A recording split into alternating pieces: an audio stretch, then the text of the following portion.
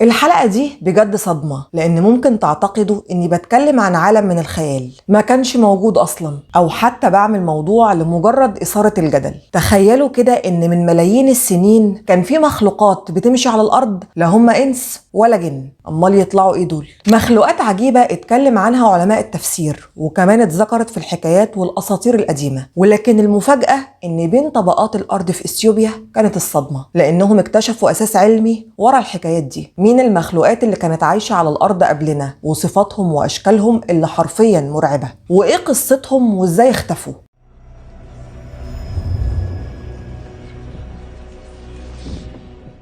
ربنا عز وجل جعل سيدنا آدم خليفة في الأرض، ولكن يا ترى هو كان بيخلف مين؟ اللي نعرفه إن البشر جم وسكنوا الأرض بعد الجن، ولكن معقول يكون في أقوام قبل الجن؟ في الثقافات القديمة زي بلاد الرافدين كان في مخلوق اسمه أوتوكو، مخلوق مش بشري وشكله غامض، بيسكن الخرايب والصحاري وأطراف المدن، منه الشرير ومنه المحايد، واتقال إنهم مخلوقات أقدم من البشر. وفي الحضارة الفارسية القديمة اللي هي الزردشتية اتكلموا عن كائنات غريبة اسمها جيو، كائنات شريرة سبقت البشر وعاشت على الأرض، وبعدين دخلت في صراع مع قوى النور، وبعد الصراع تم نفيها واتقال إنها اتحبست في عوالم خفية. أما في الثقافة العربية قبل الإسلام في العصر الجاهلي كانوا مؤمنين بوجود مخلوقات زي الجن والغول والثعلاه والحن، وكانوا شايفين ان هم دول سكان الارض الاقدم واصحاب الحروب الخفيه. اما من الناحيه الدينيه فاغلب المؤرخين والباحثين عن تاريخ الارض الاول بحثوا ودوروا في الكتب والوثائق القديمه، منهم اللي كان بيحكي اساطير وحكايات، ومنهم اللي اتكلم بادله، ولكن في الاخر كلهم اتفقوا على ان كان في فعلا مخلوقات سكنت الارض قبل البشر والجن، منهم اللي سماهم البن والحن، ومنهم اللي سماهم الخن والسن، وفي كمان المن والدن. علماء التفسير زي قتادة وابن كثير اتكلموا عن أقوام عاشوا في الأرض قبل الجن اسمهم البن والحن، وإنهم بعد ما عاشوا في الأرض أفسدوا وطغوا وسفكوا دماء بعضهم، فسلط ربنا عليهم الجن، حاربوهم وطردوهم منها وسكنوا الأرض بعدهم. وعبد الله بن عمر قال إن قبل خلق سيدنا آدم عليه السلام ووجود البشر على الأرض كان في مخلوقات اسمها الحن والبن أفسدوا في الأرض وسفكوا دماء بعضهم، فبعت ربنا عليهم جنود من الملائكة، واتقال إن ربنا سلط عليهم الجن، حاربوهم وطردوهم من الأرض للجزر والبحار. وابن مسعود قال إن كان موجود في الأرض مخلوقات الحن والبن، ولكن أفسدوا وتم إبادتهم على إيد الجن، وبعدها سكن الجن مكانهم واستمروا في طاعة الله وعبادته زمن طويل.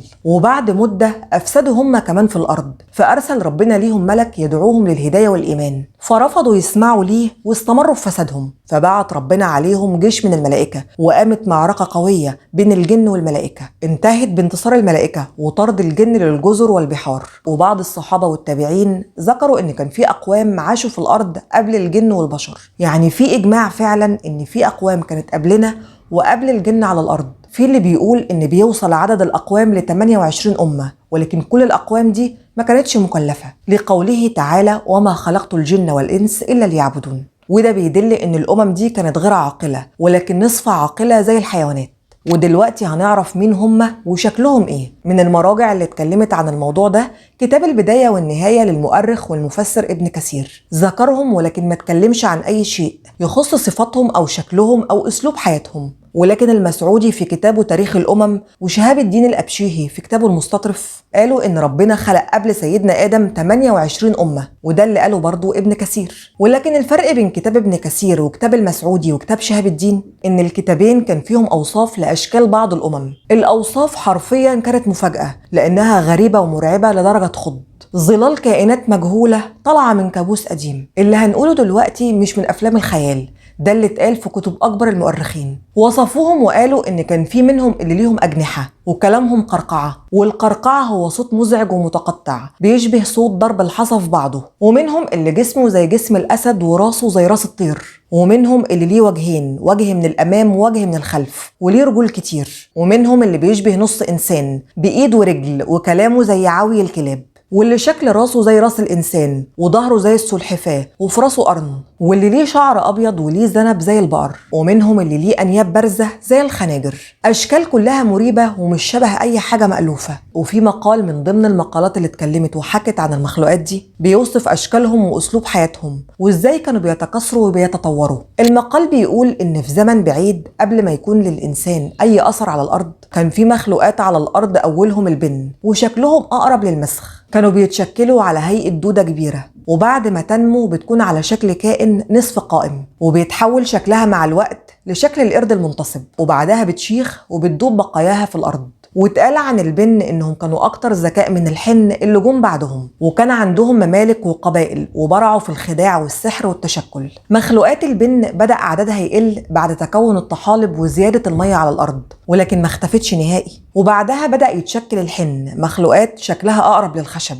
وكانت على هيئة نص بشر ونص وحش، ومفيش ليها ملامح واضحة. واتقال إنها كانت سريعة وشرسة، وغذائها كان من المعادن الموجودة في الأرض، فكانت أقوى من البن. ولما زاد عددها بدأت تهاجم البن المتبقي، وجمعت مخلوقات الحن بين شكلها وشكل مخلوق البن، وشكلوا مخلوق جديد اللي هو الخن. اتكون من الطين ولحاء الأشجار، وكان غذاؤه من المخلوقات البحرية، فبقى جسديا أقوى من الحن والبن، فدخل في صراعات معاهم لغاية ما قضى عليهم. أما مخلوق المن فاتقال إنه اتكون من البن أثناء هجوم الخن عليه، وكان حجمه ضخم ومن غير عيون، ولكن ليه مجسات أو قرون استشعار في وجهه ساعدته إنه يعيش ويتكيف في الكهوف المظلمة. واتطورت مخلوقات المن واتحولت لمخلوقات تانية اللي هي الدن، واتقال عنها إنها كانت بتمشي على 4 رجول، وإنها كانت على أشكال مختلفة في البحر والجو والبر. وفي النهاية كان مخلوق السن، ولكن ما تذكرش عنه أي وصف. والسؤال دلوقتي اللي بيطرح نفسه، إيه اللي خلى المفسرين أصلا يعتقدوا إن كان موجود على الأرض مخلوقات قبل سيدنا آدم عليه السلام وقبل الجن؟ ربنا عز وجل قال في سورة البقرة: وإذ قال ربك للملائكة إني جاعل في الأرض خليفة قالوا أتجعل فيها من يفسد فيها ويسفك الدماء ونحن نسبح بحمدك ونقدس لك قال إني أعلم ما لا تعلمون. المفسرين وقفوا عند قوله تعالى إني جاعل في الأرض خليفة، ومعنى كلمة خليفة مش معناها خليفة لله جل وعلا، ولكن هو من يخلف غيره. والمعروف إن سيدنا آدم هو أول البشر، يعني أول من سكن الأرض من البشر. فقال بعض المفسرين إن اللي سيدنا آدم هيخلفهم هم الجن، ولكن جم مفسرين تانيين وقالوا إن الملائكة قالوا لله سبحانه وتعالى أتجعل فيها من يفسد فيها ويسفك الدماء. ومن المتفق عليه إن جسم الجن ما فيهوش دم. وهنا كان الإشكال إن كان في مخلوقات قبل سيدنا آدم على الأرض قبل الجن، وبدأ التساؤل: يا ترى مين اللي كانوا قبل سيدنا آدم على الأرض أفسدوا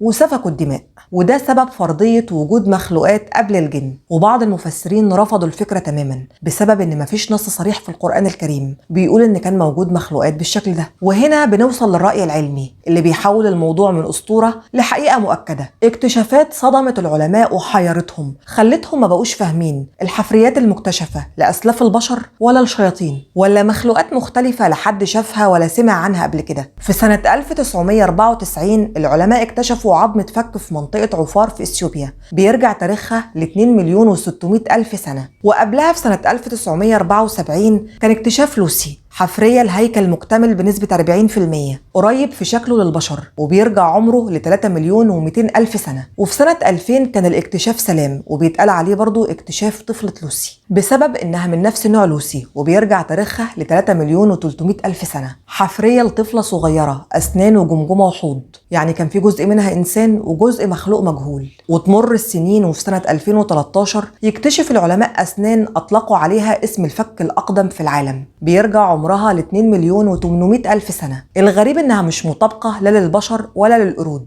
ولا لأي نوع من المخلوقات المكتشفة. وقتها العلماء قالوا بكده يبقى في أنواع من المخلوقات القديمة عاشوا مع بعض في نفس الوقت وما كانوش سلالة واحدة، وبكده يبقى الموضوع أكيد. طيب المخلوقات دي إزاي اختفت وإيه كانت نهايتها؟ في الجزئية دي في نظريتين. النظرية الأولى قالها ابن كثير، قال إن الأرض كانت للحن والبن عايشين فيها، ولكن طغوا وأفسدوا وسفكوا الدماء، ولكن ربنا سلط عليهم الجن ودارت المعركة، حرب كبرى بين الجن من جانب والحن والبن من الجانب التاني، وانتصر الجن عليهم وأبادوهم تماما، واللي اتبقى منهم طردوه لأطراف الأرض والبحار. واتقال إنهم اتطردوا لعوالم خفية وفي رواية تانية ولكن غير مؤكدة، لأنها بتقول إن الحن والبن هم نفسهم قوم يأجوج ومأجوج، وإنهم هربوا لجبال القوقاز بعد هجوم الجن عليهم وهزيمتهم، ولكن رجعوا ظهروا تاني بعد ما نزل البشر للأرض وعمروها، وإنهم فضلوا يهاجموا قبائل الإنس لحد ما جه ذو القرنين وحجزهم ورا السد لغاية آخر الزمان. معنى كده إن الأرض كان ليها كذا عهد، وكل عهد قبل ما بيبدأ كانت بتحصل زي عملية إبادة تقضي على كل الأقوام المفسدين قبل بداية عهد جديد. كل اللي حكيناه وقلناه بيأكد إن مش كل اللي اختفى انتهى، ومش كل اللي ما شفناهوش كان فعلا مش موجود. في حاجات سابت أثرها في الحكايات وفي الاكتشافات اللي بتظهر كل يوم. وفي النهاية السؤال ليكم، يا ترى فعلا مقتنعين بوجود مخلوقات زي دي؟ وهل ممكن تكون لسه موجودة معانا على الأرض؟